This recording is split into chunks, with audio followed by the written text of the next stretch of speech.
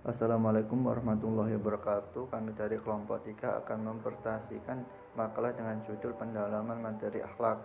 Saya Muhammad Dimas Kusuma dan teman saya Latifatul Karomah. Jujur adalah suatu sikap yang dilakukan seseorang atau individu atau kelompok kepada seseorang atau kelompok tentang apa yang didengar, dilihat, dan apa yang dilakukannya tanpa adanya pengurangan atau penambahan ada dan dari apa yang dialaminya, serta perlakuannya didasari dengan berpikir positif, berbuat sesuai dengan aturan atau tata nilai, dan bertanggung jawab atas segala perbuatan yang dilakukannya, dan senantiasa berupaya untuk dipercaya oleh berbagai pihak. Yang kedua, santun. Santun adalah berkata lemah lembut serta bertingkah laku halus dan baik. Kesantunan seorang akan terlihat dari ucapan dan tingkah lakunya. Ucapannya lemah lembut, tingkah lakunya halus serta menjaga perasaan orang lain. Dari sini dapat disimpulkan bahwa santun mencakup dua hal, yakni santun dalam ucapan dan santun dalam perbuatan. Yang ketiga, malu. Malu adalah menahan diri dari perbuatan jelek, kotor, celah, dan hina. Sifat malu itu terkadang merupakan sifat bawaan dan juga bisa merupakan hasil latihan. Namun demikian, untuk menemukan rasa malu perlu usaha, niat, ilmu, serta pembiasaan. Rasa malu merupakan bagian dari iman karena dapat mendorong seseorang untuk melakukan kebaikan dan mencegah dari kemaksiatan. Assalamualaikum warahmatullahi wabarakatuh. Saya Latifatul Karomah. Di sini saya akan menjelaskan yang pertama mengenai pengertian toleransi. Toleransi dalam bahasa Arab dikenal dengan istilah tasamuh. Secara bahasa, toleransi berarti tenggang rasa.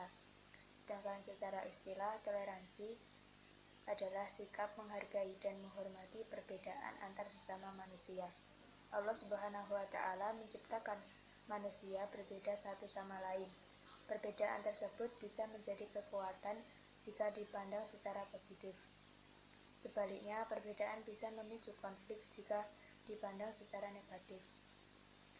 Apabila umat Islam tidak bersatu, maka kekuatan Islam akan lemah dan mudah goyah. Hal ini akan semakin parah jika umat Islam bersikap intoleransi, saling bermusuhan, dan saling bertengkar. Toleransi dalam Islam mencakup dua hal, yaitu toleransi antar sesama muslim dan toleransi kepada non-muslim. Toleransi antar sesama muslim berarti menghargai dan menghormati perbedaan pendapat yang ada dalam ajaran agama Islam. Misalnya, perbedaan pendapat mengenai jumlah rakaat sholat tarawih. Sebagian umat Islam melaksanakan sholat tarawih 8 rakaat ditambah 3 rakaat sholat witir. Sebagian yang lain melaksanakan 20 rakaat ditambah 3 rakaat sholat witir. Kedua pendapat ini harus dihargai dan dihormati karena masing-masing memiliki dasar masing-masing.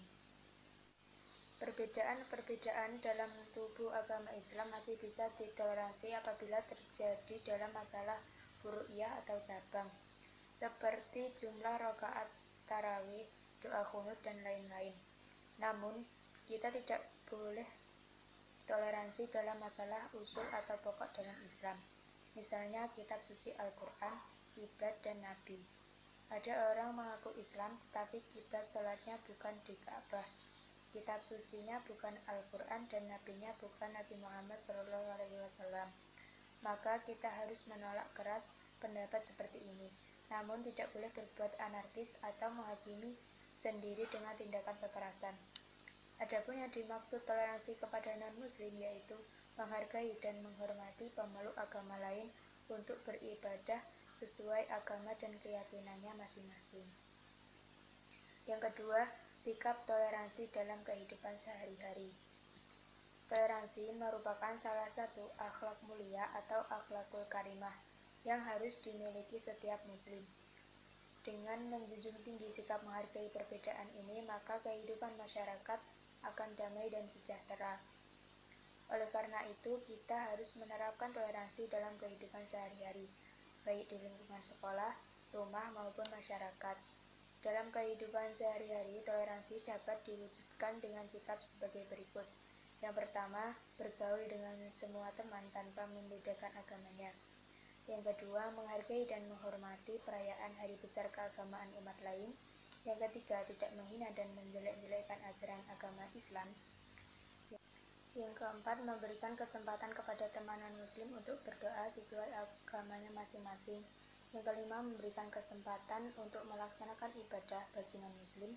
Yang keenam, memberikan rasa aman kepada umat lain yang sedang beribadah, tidak memaksakan kehendak kepada orang lain, mengadakan silaturahmi dengan tetangga yang berbeda agama, dan yang terakhir, menolong tetangga beda agama yang sedang kesusahan. Lebih dari itu, sikap toleransi kepada sesama muslim harus lebih diperkokoh. Hal ini pernah dicontohkan Rasulullah SAW dan umat Islam ketika berada di Madinah. Hubungan persaudaraan antara muhajirin atau kaum muslimin dari Mekah dan Ansor atau kaum muslimin Madinah terjalin sangat erat. Kehidupan kedua golongan itu setiap hari diliputi oleh suasana saling pengertian, saling membantu, dan saling bekerja sama. Yang ketiga, toleransi dan kedamaian negeri. Toleransi antar umat beragama di Indonesia sudah berjalan baik dan perlu terus dijaga. Penduduk Indonesia sudah terbiasa dengan perbedaan agama dan keyakinan di antara mereka. Meski harus diakui masih ada kasus-kasus kecil akibat salah paham di antara warga negara. Namun kehidupan beragama di Indonesia sudah mencerminkan toleransi yang tinggi. Semua agama mengajarkan kedamaian dan hidup rukun dengan sesama warga negara. Tidak ada agama yang menganjurkan pemeluknya untuk saling bermusuhan dan saling menghina umat agama lain. Demikian pula dengan Islam. Ajaran Islam penuh dengan pesan-pesan damai dan saling menghargai perbedaan. Kita dianjurkan untuk menghormati dan menghargai perbedaan agama dan keyakinan di antara sesama warga negara. Apabila ada kekerasan yang mengatasnamakan agama, maka kita harus menolaknya. Islam tidak pernah mengajarkan untuk berbuat aniaya dan berbuat kerusakan. Dakwah Islam tidak boleh dilaksanakan dengan kekerasan atau paksaan, tetapi harus dilaksanakan dengan santun, menarik, dan bijaksana. Dakwah seperti inilah yang telah dicontohkan Rasulullah SAW. Kunci keberhasilan dakwah beliau adalah berakhlak mulia kepada semua orang.